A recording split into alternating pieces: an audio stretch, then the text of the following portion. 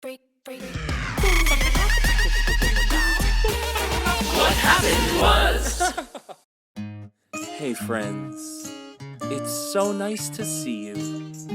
It's today, the time is now. You are here and the weather is outside your window. Today's guest is one of the most exciting writers in the opera industry. Please welcome author and Opera Wire journalist, Christopher Ruel. Hi. Hi, Zach. How's it going? Great to see you. It's going really well. It's good to see you too. Yeah, where are you? I am in New Jersey. Excellent. Where do you live? I live in the furthest northeast corner of New Jersey. So as the crow flies, about 12 miles from New York City. Oh, amazing. As I drive, it's probably about 15, 20 miles. So Right. far. and anywhere between what, a half hour and 3 hours depending on traffic. Yeah, exactly. Yeah. Perfect. Excellent. Well, thank you so much for coming on. This is cool to be able to interview you, considering we met when you interviewed me. Yeah, So, it is. It's interesting being on the other side of the desk. a twist of fate. It is. Well, you're one of my favorite writers, and I love how you illuminate the opera world in a really unique way. And it was really lovely to be hooked up with you for our initial meeting. And I've loved following your work over the past couple of years. So I wanted to ask you, how did you get into this field? Because there's a thing they say, right, that anyone can be a critic. So that's one thing. It's true, but to actually, there's good critics and bad critics, and I don't mean that based on whether they write a good, positive review or a negative review. I mean, there's informed, educated critics who go into it, I think, with the right intentions, and then there's those that don't. But yeah, in addition to writing critical reviews, you're also a journalist and you're an author, and I can tell that you're coming in from all angles in everything you write, which is really cool. So, how did this come to be? Well, what happened was accidental, to be perfectly honest. I'd always loved writing. I'd always loved music. And when opera fan, and I started reading Opera Wire, and I saw that they were like, join our team. And so I emailed, and David got back to me, who's the editor-in-chief, and he wanted to see a writing sample. I sent that in, and the next thing I know, I get a response back, and he said, "Who do you want to talk to?" Wow. And I was like, so quick. Zach James. No.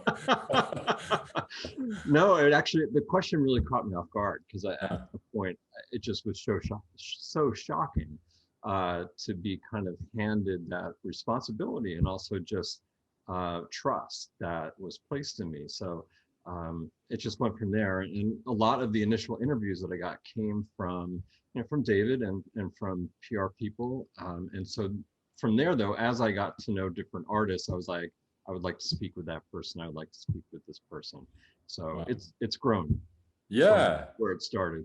Absolutely. What's the most surprising element of speaking with anyone that you've spoken to? You're normal people. That's very kind.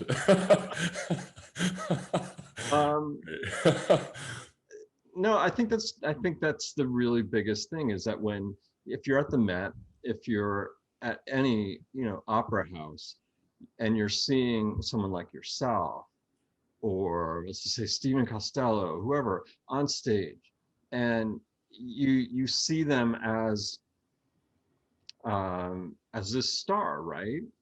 As opposed to a real human being. And then when I have conversations with artists, it's like, these are everyday people. They have an extraordinary gift, but they're working, again, thank goodness, And there's, it demystifies. That's what I mean by human.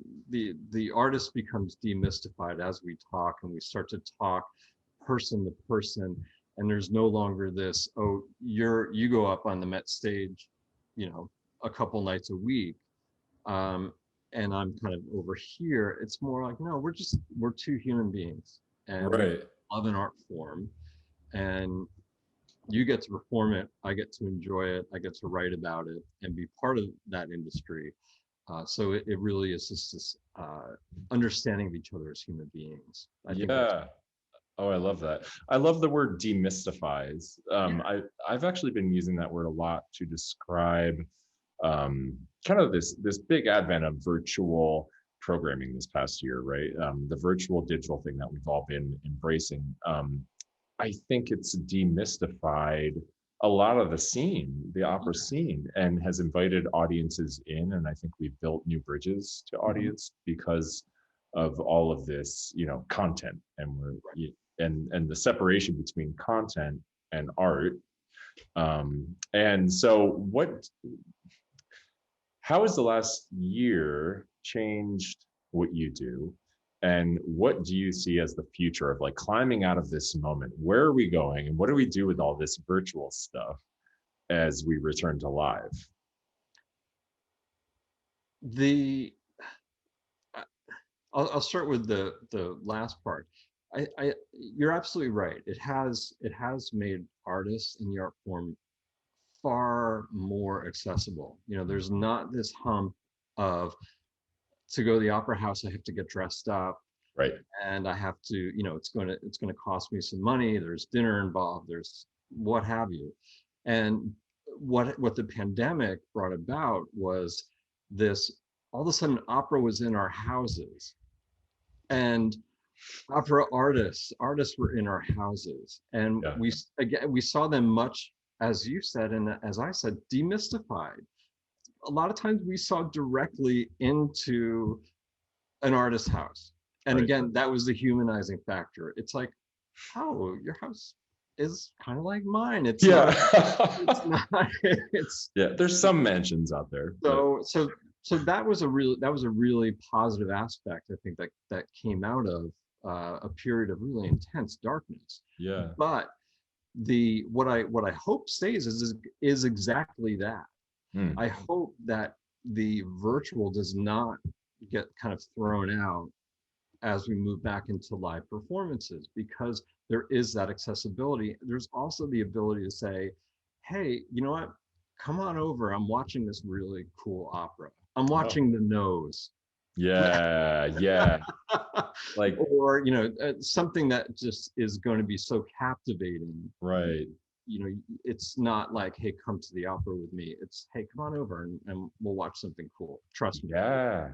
That's such a good point. And it's low pressure, because if you don't like it, you can get up and leave, right? Right. But you're also inviting someone in to see something unlike anything they've ever seen when you're talking about a production of The Nose, right? Especially that production at the Met. It's like, you'll never see anything like that. No. It's a nightmare and a dream combined all at once. And incredible. But and that speaks to what opera does. It presents like the biggest ideas, or it has that capability, and a broad spectrum of everything in between. Yeah. And the good thing also about being home is you can introduce them to Wagner and to pause it, and you can say, you can go use the bathroom. Yeah. Right. This 5-hour opera is going to take us actually about 7 or 8, because we're going to take a lot of breaks. Yeah. A half hour at a time over the next year. Yeah. Well, so what was your introduction to opera in your life? It's a story that I love to tell. My wife and I, we had gotten season tickets a number of years ago, maybe 10 years ago. And we actually didn't end up going just because of our schedule. And then a couple of years later, I saw, it was like one of those web advertisements that pop up, a pop-up ad. And it was, the Met had discount tickets. I think it was Ananda Trebko who was performing, and it was Manon Lescaut. Oh, wow. And so we got, we got a box. It was a balcony box Hmm. right above the pit, right above the stage. And so, yes, part of it was you couldn't see, but you could see everything center stage and everything, going on stage right. Um, and the part that struck me most was the final act. And you have these big orchestral swells, and you know that something tragic has already happened. They've already, they've gotten on the boat, they're in New Orleans, and all of a sudden these orchestral swells.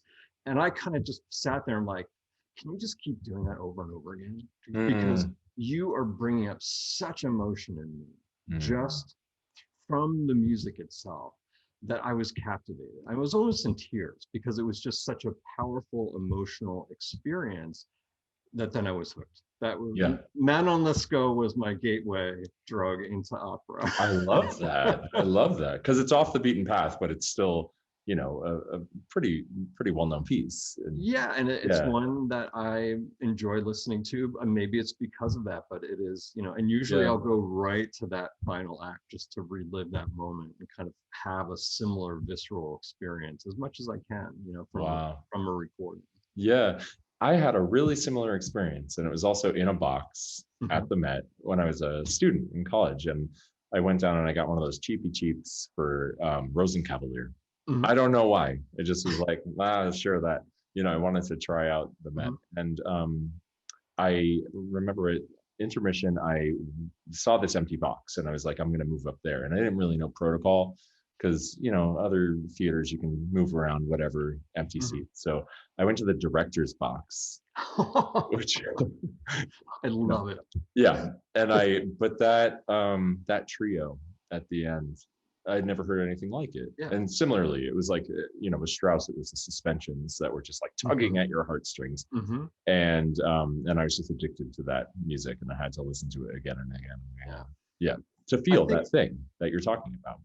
I think when everything opens back up, it was such a great experience being in that box, and my eyes would go from the pit to what was happening on the stage, because I found the pit almost as interesting as what's happening on stage. I mean, obviously it's simultaneous.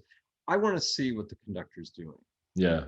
I want to see what's going on. I'm a huge fan of the string section. I want to see what they're doing. I want to see the different bowing. I want to see all of that kind of stuff. So that one eye is going down to the pit, one eye is on stage. So I'm trying to take it all in at once.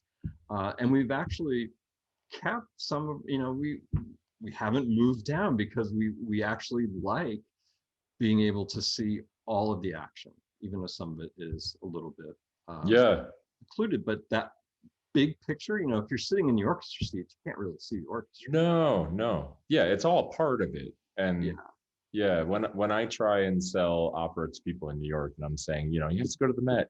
I mean, first of all, most people think it's expensive, and there are cheap seats, of course. Secondly, people think you have to dress up, and you don't. And but I always say, like, even if you hate the show, you're gonna be part of this experience where you're in a room with thousands of people. And even if you just watch the audience or look at, the chandeliers, like, there's something to see. It's going to be an incredible experience.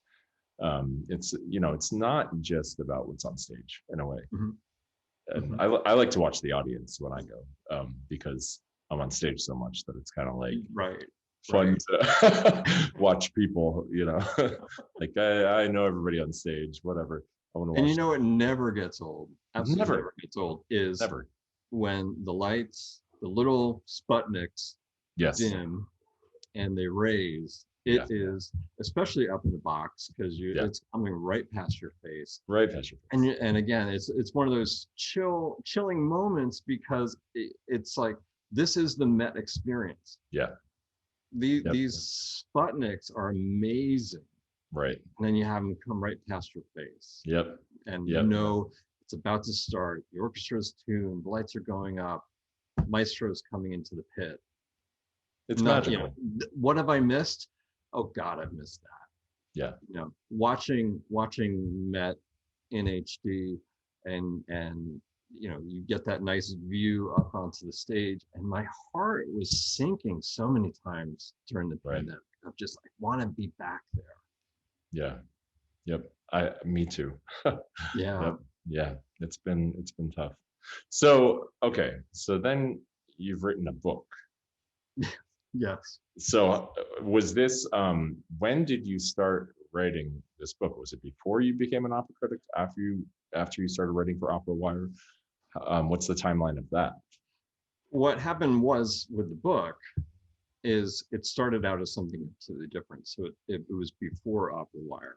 Wow. And I had been reading a series of science fiction books. And so believe it or not, and space opera books.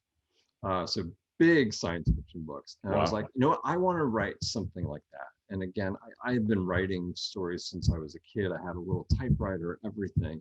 And I'd always wanted to create a really big story. But then as I got deeper and deeper into opera and writing about opera, I started to feel more confident in that, you know what, I can write a story around opera or situated within the opera world. Yes. And I think I can write it convincingly now. I've spoken to not just artists, but conductors, administrators, such a wide spectrum of people within the industry, vocal coaches, to be able to say, okay, I understand this world now, and I think I can take it on. So it was before Opera Wire, and then Wow. the way I write is very organic. So there are two types of writers. There are the planners who will have everything, note cards, every scene mapped out. Uh-huh. And then there are those like me, and I learned recently Stephen King does this as well, who are called pantsers. We fly by the seat of our pants. Oh. So I'll sit down and I'll start writing. I have an idea of kind of what I want to have happen, but then I let the characters be themselves and Yes. do what they are going to do in their lives. Now, those things might be absolutely horrible things, but they're doing them organically. Right. Again, I have this idea and I'm kind of moving them along there, but they're doing it themselves. And that's what's beautiful is then, I might write a draft and be like, oh, I like this. And then I go back and I revisit it. And like, what if she does this instead? Right. And all of a sudden the whole story kind of explodes in a good way and go, I know exactly where this is going, at least for the next chapter or so. And then Right. that process starts over again. So it's incredibly organic. And I think that's what makes it fun. It's playtime for my mind. It's taking all of this really great information that I've gathered through life, through writing about opera, and then playing. It's my time in the sandbox. Oh, I love that. It's to Yeah. create a world. Chris, create a world. And every time I sit down at the computer and I write fiction, that's exactly what happens. Wow. I love that. And it's so interesting because what you're describing, you've just described also that there are two types of directors. There are the directors that come in and like, okay, who's playing this role? Okay, go upstage left, you enter here on this line, raise your right arm and look out here. And then there are the directors who I prefer to work with, who create worlds and create characters, and they trust everyone, and then the lives just start buzzing and things start happening. Like when I work with Phelan McDermott, who directed Akhenaten, that's the way he directs. And there's nothing like it, because things start happening, and they couldn't happen if the person was on their own in the room. It takes the energy between the people, right? So like you're describing, these characters come to life and you let them live. It's kind of a similar thing. Yeah. And they live with me. Yes. It's always one of those things where you're like, I have a lot of conversations with myself, except they're with my characters kind of in my head, and I'm learning about them, and they're telling me things. And my main character, his name is Angelina. She's a soprano. She sings at the Met, and Angelina was a tough nut to crack. I knew, her sidekick, Lil, was very easy. there was no keeping her personality down. Angelina kept a lot hidden. And I know it sounds strange to think about perhaps fictional characters in this way, but there was a lot that I had to uncover. And once I did, then it was like, I get this. Mm. I get who you are, Angelina, and kind of why you've kept this hidden from me. And that's going to drive the plot because you're going to keep a lot hidden from a lot of other people. Wow. I love that. It's so similar to creating character on stage. Yeah. Yeah, I think so. Yeah. Yeah. Because there's those that you can't crack. And then there are those that you're like, I know exactly what to do with this. Mm-hmm. And, similar Right. thing, just a different, medium. Mm-hmm. Absolutely. Painting with different tools. Yeah. Yeah. Well, fabulous. Can I ask you some questions? Absolutely. Zodiac sign. Aries. Favorite ice cream. Mint chocolate chip. If you had to eat an ice cream with a savory flavor, like a bacon or a cheese or something like that, what would it be? It would probably be like an herb. Oh, I'm thinking like I don't know if sage would be that good, but it would be like kind of that really yeah, earthy, nice, flavorful herb. yeah, like sage, rosemary, something. Yeah, Rosemary. That was actually the one I was thinking of. yum.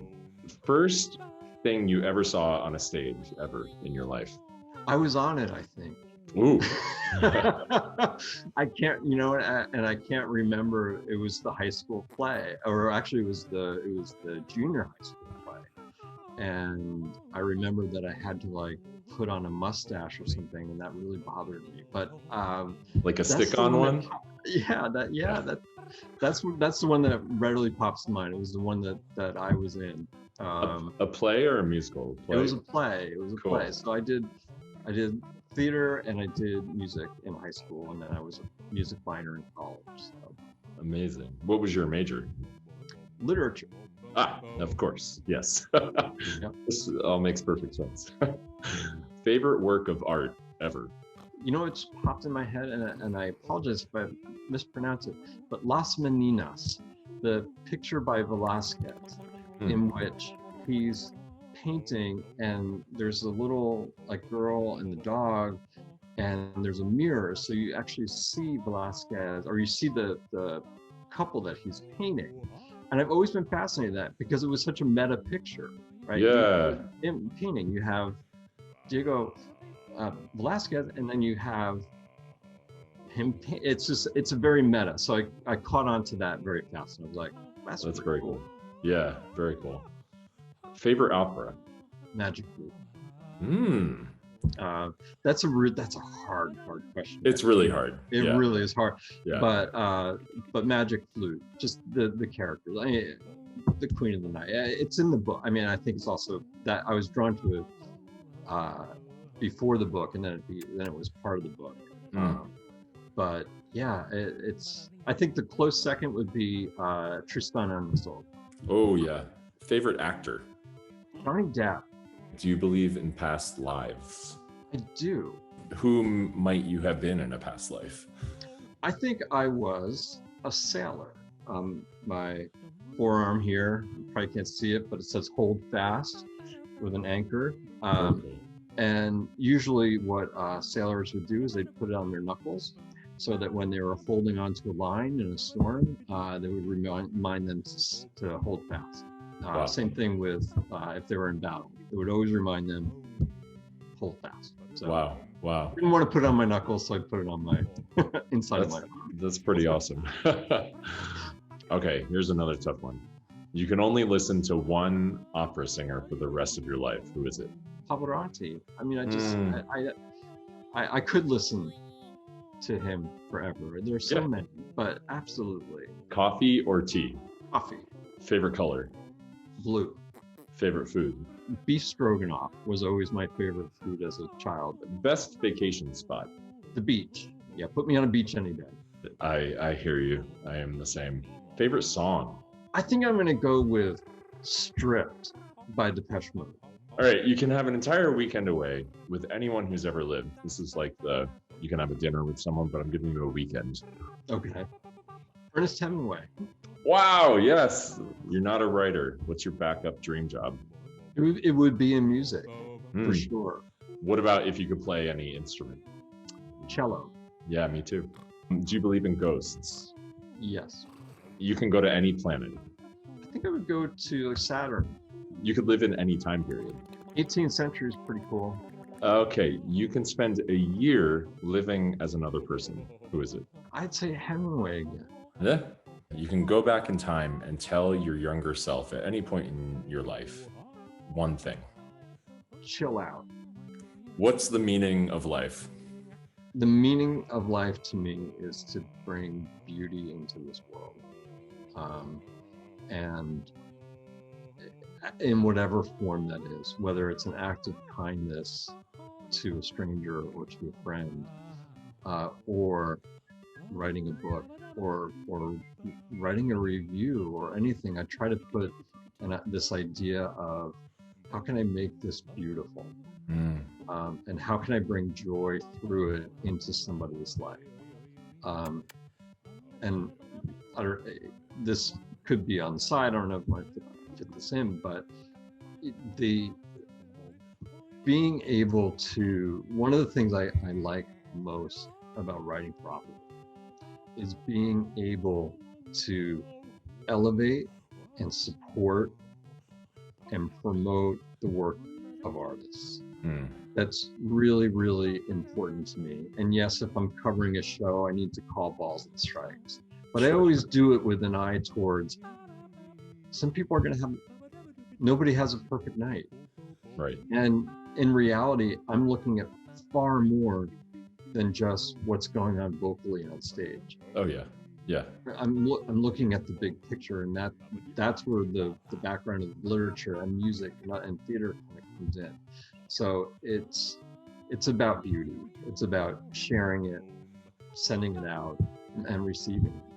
Yeah, absolutely. Well, you've definitely elevated, supported, and promoted me and made my life more beautiful. So thank you. Thank you, Zach. I appreciate it. Absolutely true. Well, thank you so much for coming on. This has been a pleasure. Likewise. I'm so glad that you asked me. Is this your Dallas Opera debut? It is, I guess. Very cool. Fabulous. I have had a major house debut. Yeah. Wow. Yeah. That is great. It's a house too. Fabulous. Well, I'm not going to review your performance, but you may. That's all for today's episode. Thanks for stopping by. Uppies and rainbows till we meet again.